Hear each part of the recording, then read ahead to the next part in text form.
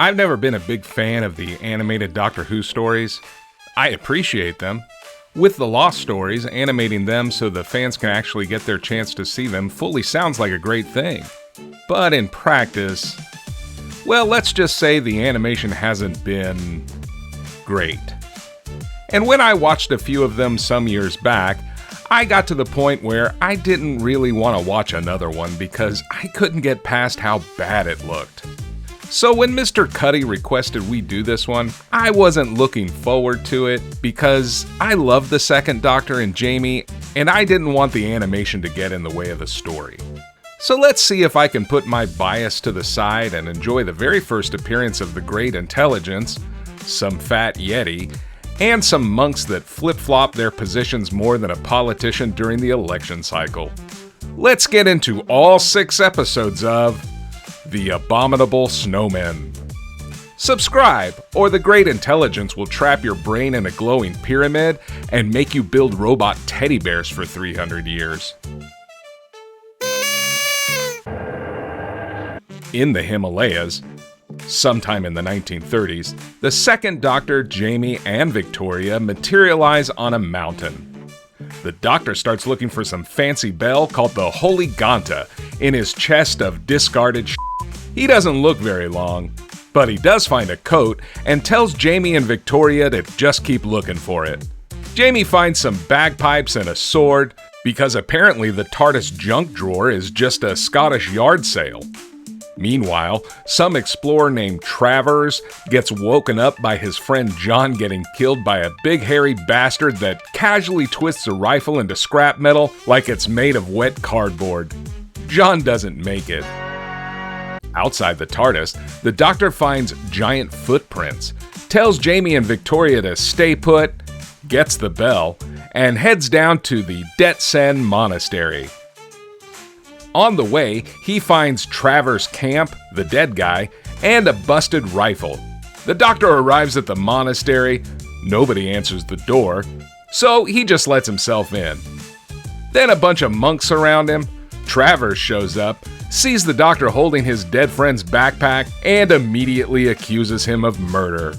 This grumpy warrior monk is named Chrisong, and he throws the Doctor in a cell without much discussion. Man, Troughton's Doctor's always getting blamed for shit.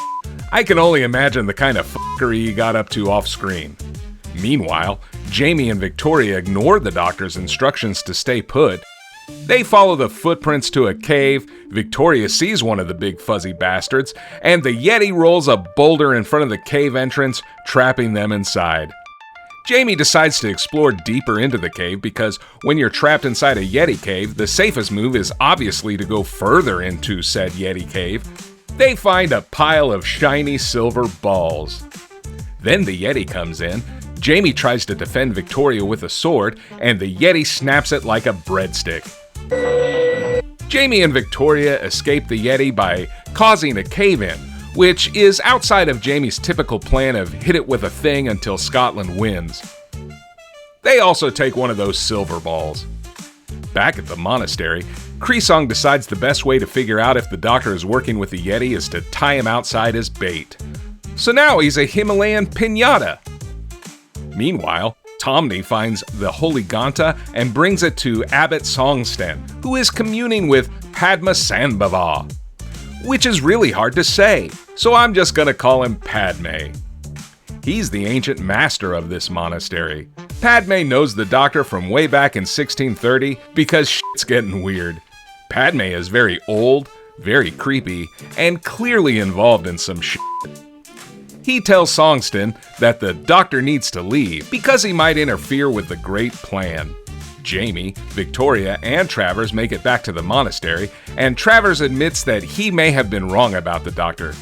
You think, bitch? Then the Doctor gets released. Jamie shows him the Silver Sphere, and the Doctor gets very excited because it's weird science shit, and that's like foreplay to him. Reports come in that 3 Yeti are approaching the monastery. Jamie, being Jamie, sets up a trap and actually catches a Yeti in a net. Which is wild, because these things are robots controlled by an ancient cosmic intelligence, and they just beat the f*** out of it until it stops moving. See? Jamie's normal plan works. The doctor examines it and finds out it's not a real Yeti at all. It's a robot missing a ball. Then the ball Jamie brought into him starts beeping and moving.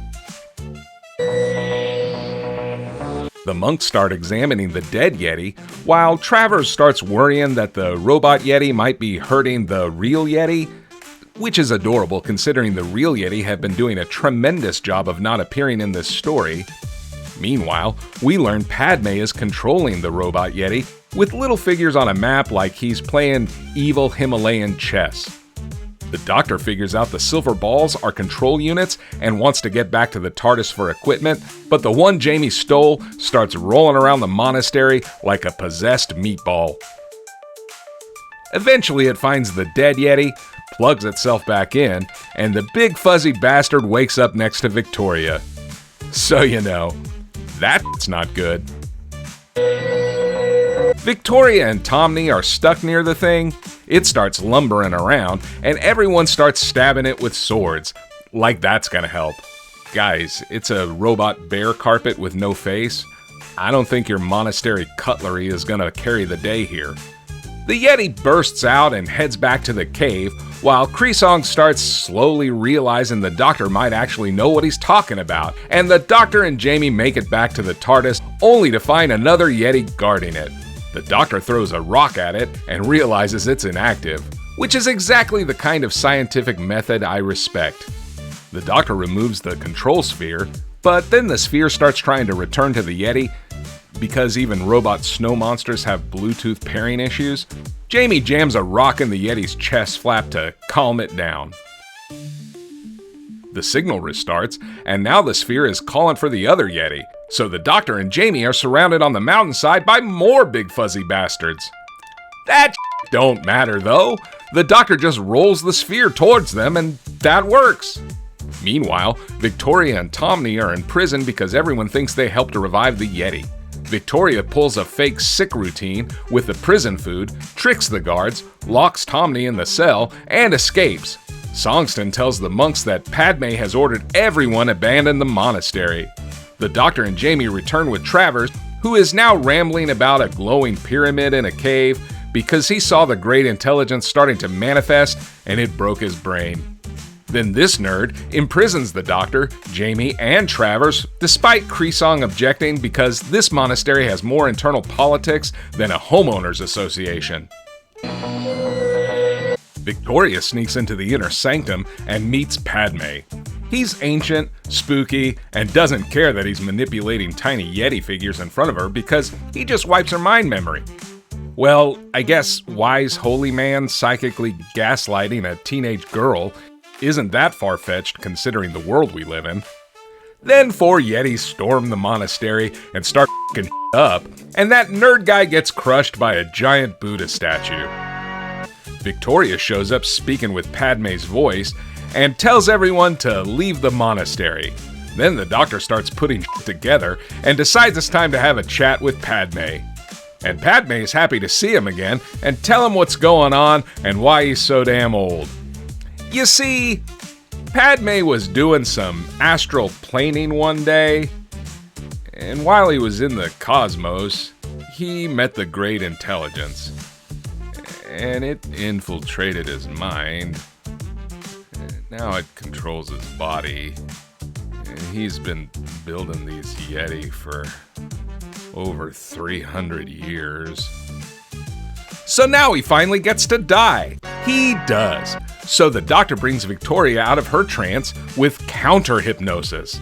Then he and Travers go outside to get more readings, and Travers tries to rile up the dormant Yeti because he doesn't remember anything from the cave from earlier. The doctor gets his readings and realizes the Yeti are being controlled from inside the monastery itself. We've traced the call. It's coming from inside the house. Our squad cars are going over there. The doctor realizes Songston is involved. Also, Padme is alive again. This f***er can't get any peace. Songstan attacks Kreesong, and Kreesong gets to die with the dignity of finally being right about something approximately 6 episodes too late. The monks evacuate, the Yeti surround the monastery, Travers goes back to the cave to destroy the pyramid, and the Doctor, Jamie, Victoria, and Tommy head into the inner sanctum. Padme's pissed the Doctor hasn't left. He starts using his brain powers on everyone, and I guess he and the Doctor have a little brain fight like from the movie Scanners. Jamie and Tommy get into the control room and start smashing. Jamie destroys a big sphere, and the Yeti stop. But Padme laughs it off because apparently that was not the correct shiny thing. So Jamie finds another shiny thing and smashes that too. And this time it works. The monastery shakes, the mountain explodes, the Great Intelligence loses its form, the Yeti collapse, and Padme finally disintegrates while thanking the Doctor for setting him free. Omni brings the monks back, then the Doctor, Jamie, Victoria, and Travers head off. Travers is sad because the robot Yeti are dead and he thinks his mission is over, but then he sees a real Yeti and immediately runs after it. Because Travers is not a man, he's a side quest. The Doctor, Jamie, and Victoria head back to the TARDIS, hoping to go somewhere warmer. The end. Well, color me wrong. This story had a lot going for it, and there were quite a few things that I liked. Let's talk about the animation. I honestly am so happy to be wrong about this one because I really do think the animation helped the story. Does it always work? No. Because they're using the original audio, some of the scenes still drag while we watch people slowly walk away like they're trying to hit the episode runtime with their feet.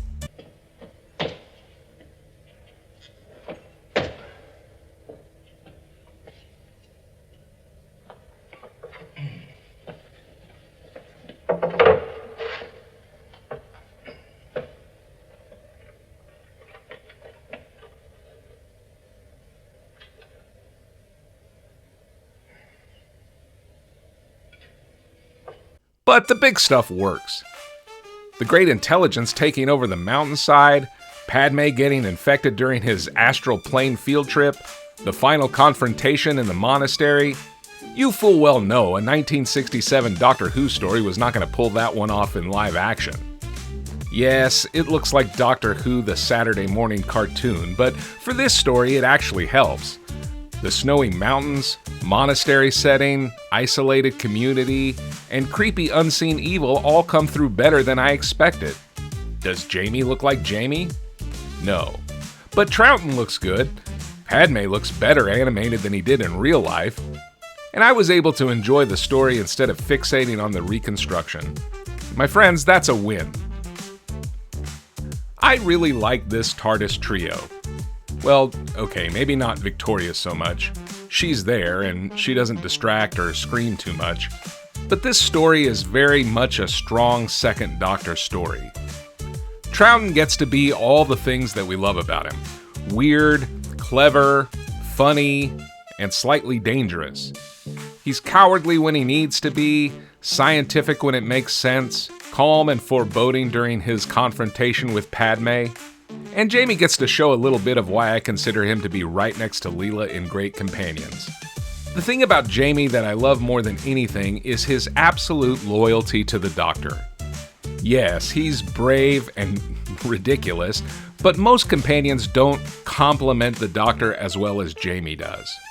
If the Doctor tells Jamie to stay put in the TARDIS, Jamie's going to stay put until Victoria drives him nuts and he goes out. But even then you can tell it makes him uncomfortable. When the Doctor asks him to do weird shit, he does the weird shit without question. And yeah, the joke surrounding the homoerotic subtext between the two has been done to death. But when he's traveling with the Doctor, Jamie just feels like the most loyal of all the companions. He may mention here and there that the Doctor is going to get them all killed, but he sort of does it with a wink and a smile, like, yeah, you may get us all killed, Doctor, but I got your back. Jamie is the most ride-or-die companion in all of Doctor Who. It's hard for me to put into words why the two of them work so well together. Maybe it's just because Jamie has a Scottish Highlanders mentality and isn't Stephen, but whenever the two of them are together, I'm always happy. The Great Intelligence is genuinely a good villain concept. A formless intelligence using an ancient monk, robot Yeti, control spheres, and a mountain experiment is exactly the kind of weird old-school Doctor Who nonsense that works better than it has any right to. People still talk about the Great Intelligence and the Yeti as one of the big takeaways from the story. So much so, Moffat brought them back as the big bad for an entire season arc. That ended with Clara entering the Doctor's time stream and being the reason that Hartnell chose this TARDIS instead of that one. But even with that unfortunate plot decision, there is something about a formless, interdimensional being existing in the void that wants to inhabit a physical form and expand its consciousness to take over the living plane that is genuinely interesting. And I really enjoyed the work of the actor playing Padme. His sing-song ancient voice really adds to the creepiness of the character's possession. Will this then be your final command? I'm kind of surprised that RTD did it all over the concept by bringing him back as another Pantheon god. I mean, it seems like a much better threat than a giant doggo riding around on the TARDIS for 1,000 years. Things I didn't like. Okay, this one should have been 4 episodes. 6 episodes are a lot of monastery back and forth. Every single episode, somebody is getting thrown into that little room in the monastery that acts like their jail. Sure, the story has great atmosphere, and a Tibetan monastery is a fantastic setting for a Doctor Who story, but the length of it gets slow and repetitive. I know I say it a lot in my classic Doctor Who reviews, but it's really the biggest problem with the classic era as a whole. If you played a drinking game, every time the Doctor, Jamie, or Victoria are locked up, released, blamed, reblamed, and sent back across to the same locations, your ass would get alcohol poisoning. A tighter story with less back and forth really would have benefited this one. It's already pretty darn awesome, but the 6 episodes are a bit of a slog. These Yeti are too damn adorable to be seen as a threat. Look at these furry, chubby bastards. I can get down with the fact that they have blank faces, and that can be somewhat unsettling. I also thought, well, maybe their design is a product of the animation, and that they looked better in real life, but nope. They adequately represented them as giant, cute chubbos that you kind of want to hug and snuggle with rather than run from. But then I thought, well, maybe this is just a generational thing, and they were far scarier in the 1960s. But then I saw this production photo of a literal toddler shaking hands with one. Mind you, I think bears are cute too, so I would definitely get mauled if I came across one of these big fuzzy babies in real life. But I think the design doesn't scream scary so much as it screams marketing opportunity. Things I didn't understand. I don't understand why Padme ever believed the Great Intelligence was harmless. The guy is supposed to be the wise leader of some Tibetan monks that's friends with the Doctor. And okay, I may be a bit on the dumb side here considering the Great Intelligence is seen as possessing Padme's body due to his astral plane excursion where it inhabited him. But Padme is shown remembering who the Doctor is, and remembers that they're old friends, and he keeps asking the Great Intelligence to just let him die already, so it seems a little bit weird that he isn't actively trying to warn anyone against believing this shit. If a formless cosmic entity needs 300 plus years, robot monsters, hypnosis, a glowing pyramid, and mountain light tentacles to do whatever the f*** it's doing, maybe don't assume it's just doing light research and fight the thing a little. And why exactly did Padme give the Doctor the holy Ghanta in the first place? This bell apparently is a holy relic that is pretty damn important to the Det Sen monastery. So much so, everyone loses their shit whenever Tommy brings it back to the inner sanctum, and we find out that the Doctor has been keeping this thing in a trunk for the past 300 or so years. I mean, there has to be a reason why Padme would entrust the Doctor with this incredibly important holy symbol that, well, of course.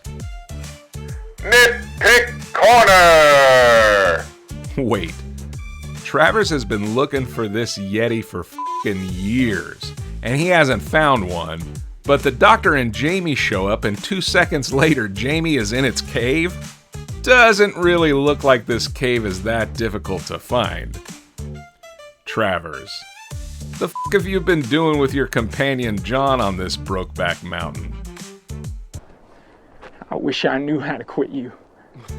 I was happy to be pleasantly surprised by the Abominable Snowmen. Since historically, I haven't been much of a fan of the animated recreations of the Lost Doctor Who stories, I was very worried that I wouldn't be able to enjoy it and simply fixate on the cheap and shitty animation. But even though this isn't Studio Ghibli, or anywhere near the same hemisphere as some of the great animation studios that exist, you can still tell that it was lovingly crafted and felt like it helped the story achieve some of the things that it was going for. I give the Abominable Snowmen a 6. There's a lot here that I genuinely liked. The atmosphere works, Troughton is wonderful, Jamie remains a perfect little chaos goblin, and the Great Intelligence is genuinely a strong villain concept. But 6 episodes is a lot of monk politics, jail cells, suspicious staring, and people slowly walking around snowy courtyards. If this had been 4 episodes, I honestly think we'd be talking about a 7, or maybe even an 8. But as it stands, the middle moves like it's trapped in quicksand, and if they threw Victoria in jail one more time, I may have punched my computer screen. Boys and girls, New Who has finally found a home, and I think it's time we start to relive the revival, thanks to AMC+. And it's just in time for the Christmas episode to be canceled and the showrunner sacked. Does this mean we can bring Christopher Eccleston back now? Sack Russell T. Davies, sack Jane Tranter, sack Phil Collinson, sack Julie Gardner, and I'll come back. Probably not, but I can. So we're going back to where most Doctor Who fans' fandom began, and to the era when RTD revived the show rather than ruined it. We're going back to review Rose. And because the New Who era is more episodic in nature, we will be going in order to ensure that we see all of the Bad Wolf references so we can fondly remember how badly Bad Wolf Productions would f*** up the show. We won't completely abandon the classic era either. We'll just go back and forth until I get sick of it all and try not to cry over my YouTube life choice of Doctor Who related content. And as always, harsh words are like blunted arrows. It is the truth that makes them salty ham.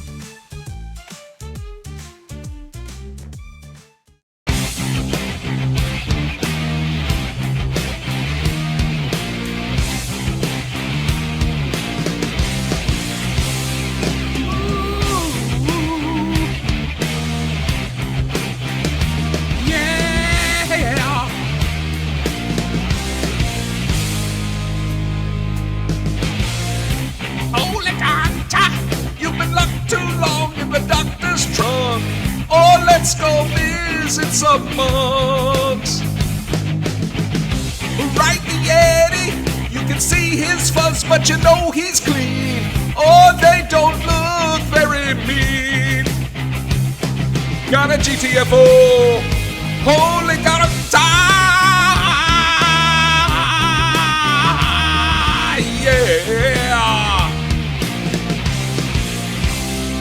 You got shiny spheres now, like the balls of the cave of the black and blue. Something is beeping at you. Look out, monastery. You are locked in the cell till you can't see light, or till you fake sick tonight. Gotta get away, Robot Yeti. Queen the monk lies. There's a truth that's hard as steel, yeah. The old man never dies. Jail is a never-ending wheel, yeah. Plant-based puppet, you're in a scanner style, my masquerade. You are so old and afraid. Jump, jump, jump on the Yeti. He's got a Bluetooth chest, so you know he's mean. Some pairings just aren't routine, yeah. people that make it to the end of my videos are real ones. And you, my friend, are a real one. So YouTube has decided that it's going to reward you with this video. You can click on it if you want. I'm not going to tell you how to live your life, but I'm going to reward you with Rose next time. So click on the video if you want, and we'll see you next time with Rose.